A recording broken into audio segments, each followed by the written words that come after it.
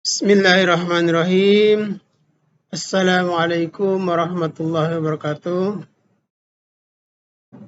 Anak-anakku, pagi hari ini marilah kita bersama-sama memanjatkan rasa puji dan syukur kita kepada Allah Subhanahu wa taala karena pada hari ini kita dapat bertemu lagi dalam acara Thalabul Ilmi, mencari ilmu di MTS Khairun Nas yang kita cintai ini.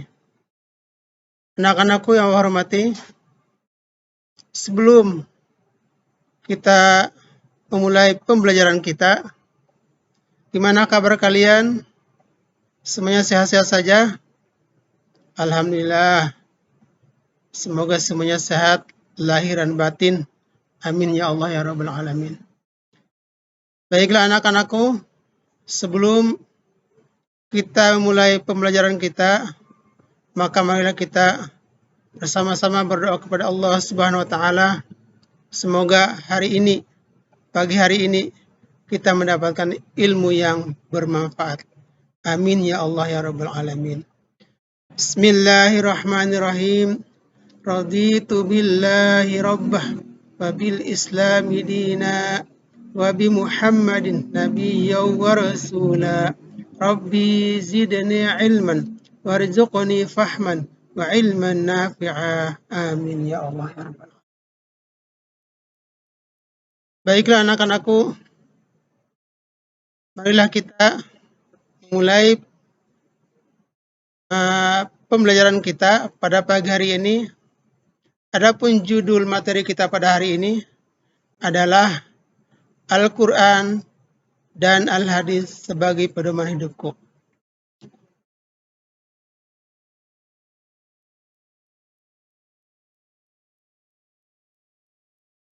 Baiklah,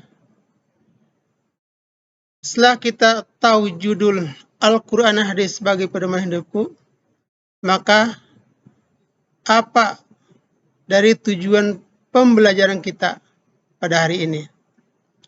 Yang pertama adalah kita akan menjelaskan pengertian Al-Quran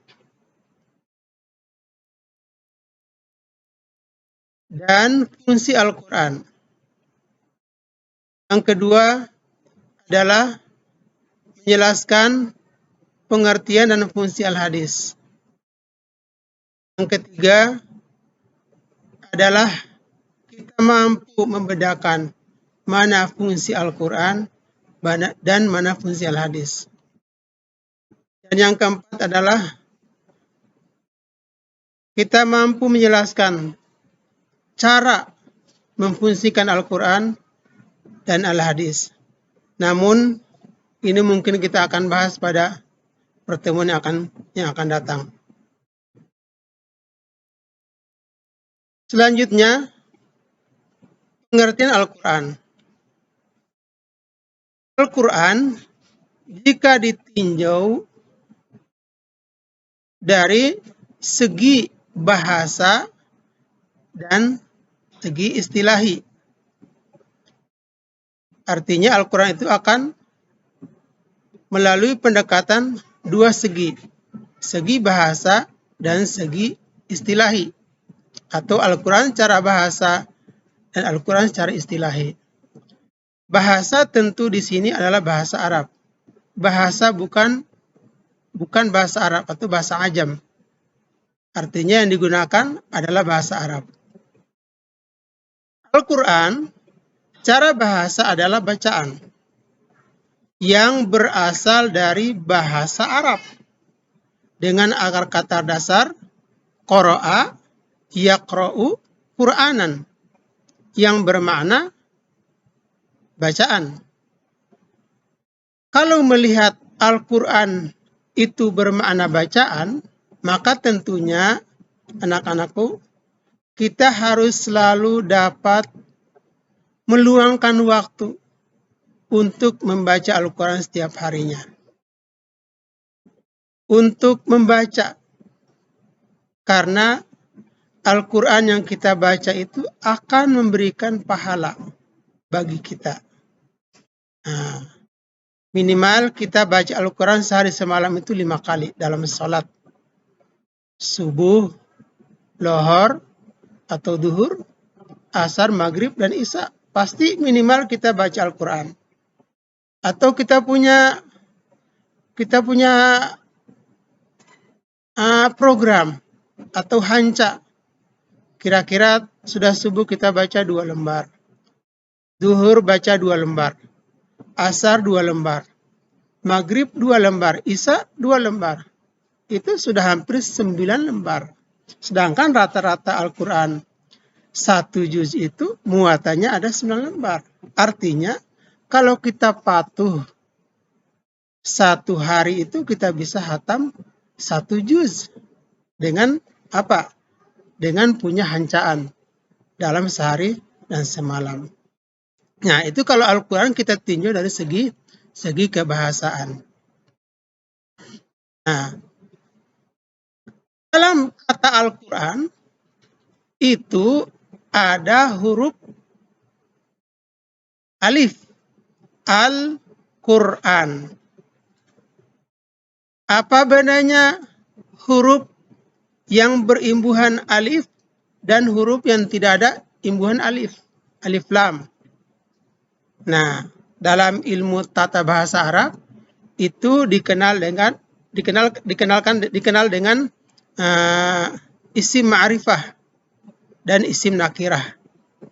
Nah, Al-Quran itu diimbuhan atau diawali dengan alif lam.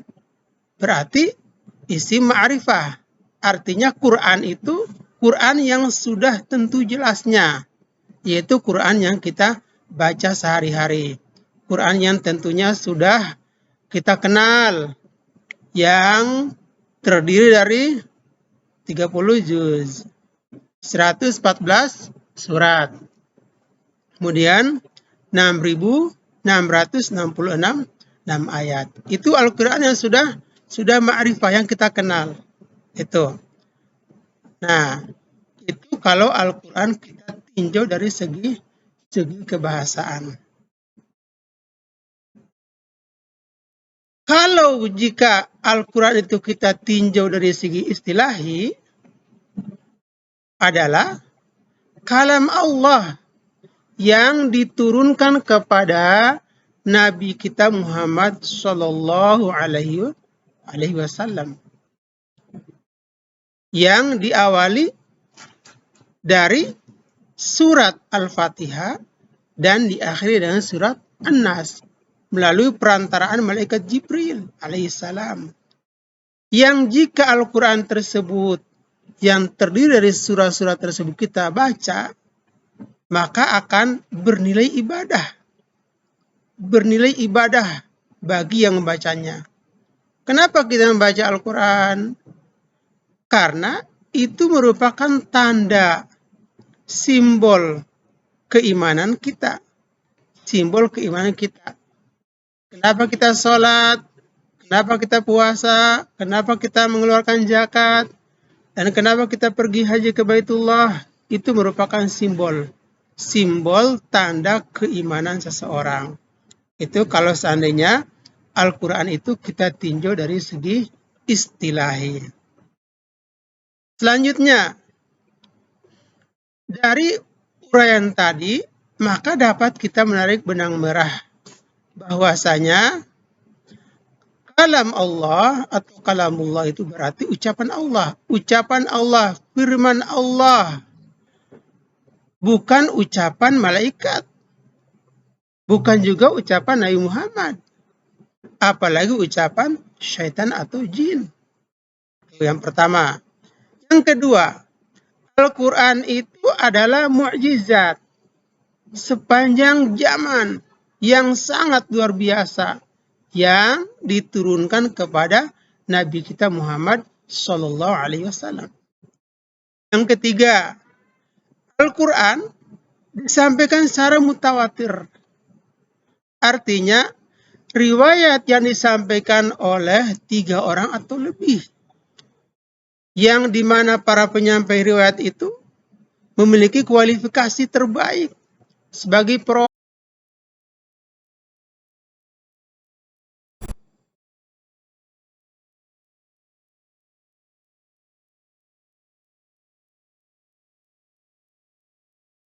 Yang ketiga adalah Al-Quran itu disampaikan secara mutawatir.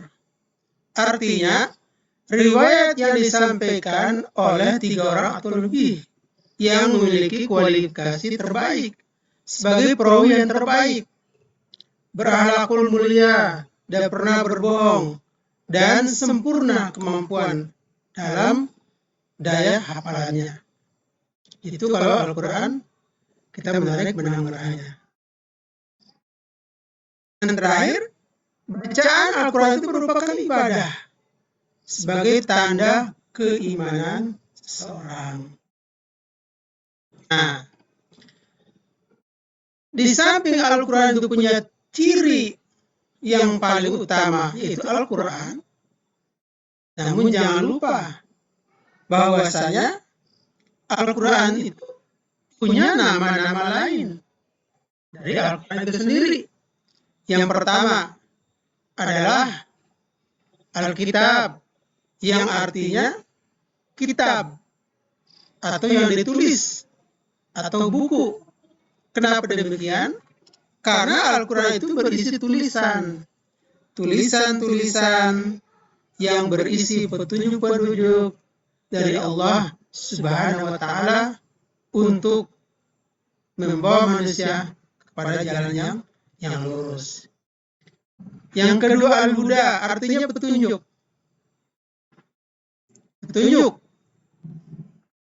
Contohnya, kita kalau mau ke suatu daerah yang belum tahu sebelumnya, pasti kita minta petunjuk.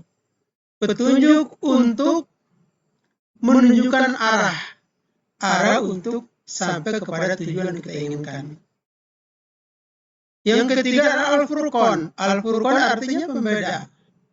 Al-Quran itu isinya untuk membedakan mana yang salah dan mana yang betul. Yang keempat, Ar-Rahman, artinya penyayang. Di samping Allah, di samping Al-Quran sebagai pembeda, Al-Quran juga punya sifat sebagai penyayang. Al-Bayan, artinya penjelas.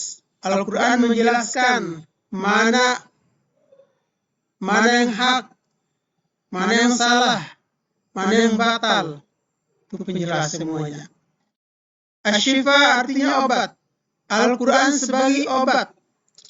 Tentunya obat di sini adalah sebagai obat hati atau obat dari kekufuran.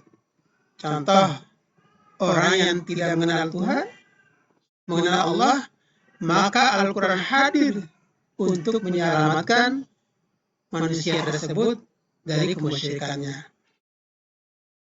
Yang ketujuh, Al-Quran sebagai Adz-Dzikra, artinya peringatan. Al-Quran hadir untuk mengingatkan kepada manusia yang misalkan sudah jauh berbuat maksiat, maka Al-Quran hadir untuk mengingatkan cepat kembali kepada jalan yang lurus. At-Tanjil artinya diturunkan. Al-Quran berasal dari tempat yang tinggi, tempat di mana Allah berada, Al-Arsh. Al-Quran diturunkan dari tempat yang tinggi.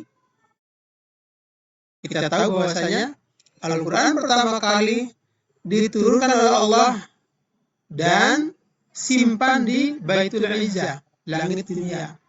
Nanti malaikat Jibril akan mengambil Al-Quran tersebut sebagai petunjuk sesuai dengan kebutuhan manusia pada saat itu. Al-Karim, Al-Quran sebagai yang mulia. Tentunya tidak bisa diragukan lagi. Al-Quran itu pasti yang mulia. Karena yang menurunkan pun adalah mulia. Allah yang maha agung, maha mulia, maha tinggi.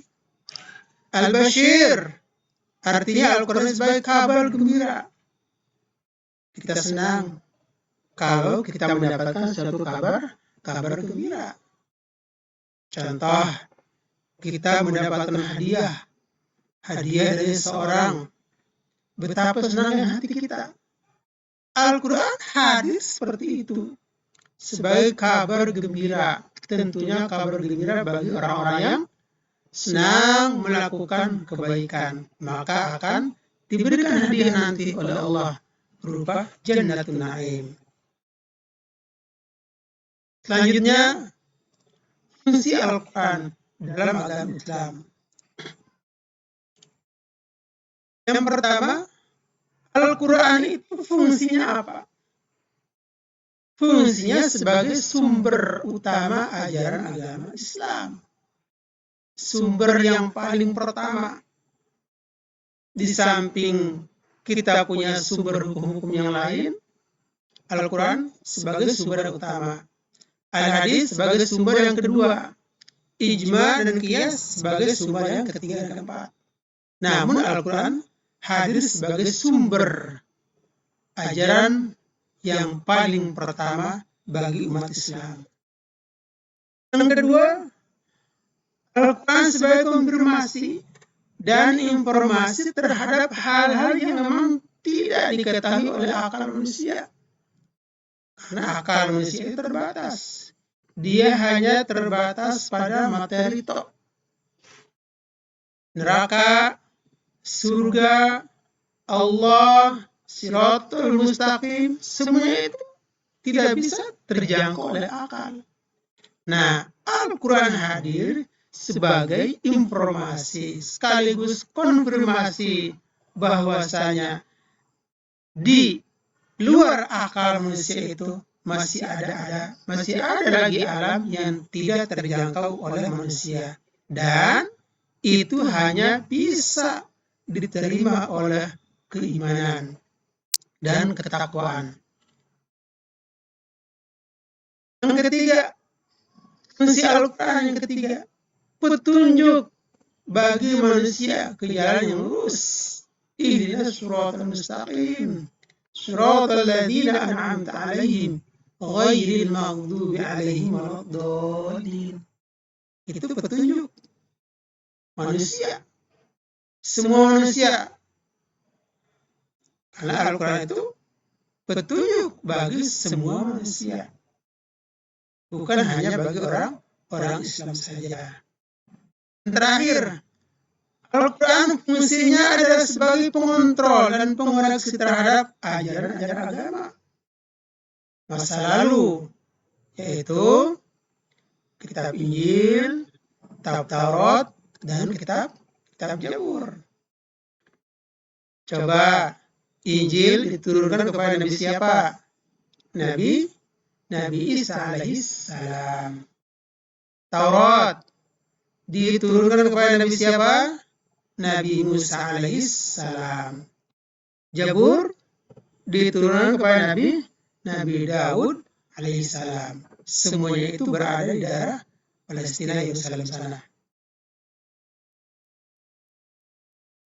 Selanjutnya, fungsi Al-Quran bagi kehidupan umat manusia. Nah, apa itu fungsi Al-Quran? Fungsi Al-Quran itu dapat kita kenal, dapat kita ketahui dari nama-nama lain Al-Quran itu sendiri. Setiap nama lain Al-Quran yang ditemukan dalam Al-Quran memiliki arti yang menunjukkan fungsi dari Al-Quran tersebut bagi kehidupan manusia. Contoh yang tadi, Al-Furqan apa? Pembeda, untuk membedakan mana yang hak dan mana yang batil. Kemudian Al-Bayan, penjelas, menjelaskan mana yang salah dan mana yang benar, mana yang masih abu-abu dan mana yang sudah terang benderang. Itu sebagai bayan. Apalagi Asy-Syifa, Al-Quran hadir sebagai obat. Dari namanya, Al-Quran sebagai Asy-Syifa, untuk menyembuhkan hati manusia yang tidak mau beriman kepada Allah Subhanahu wa Ta'ala. Demikianlah anak-anakku yang bisa dapat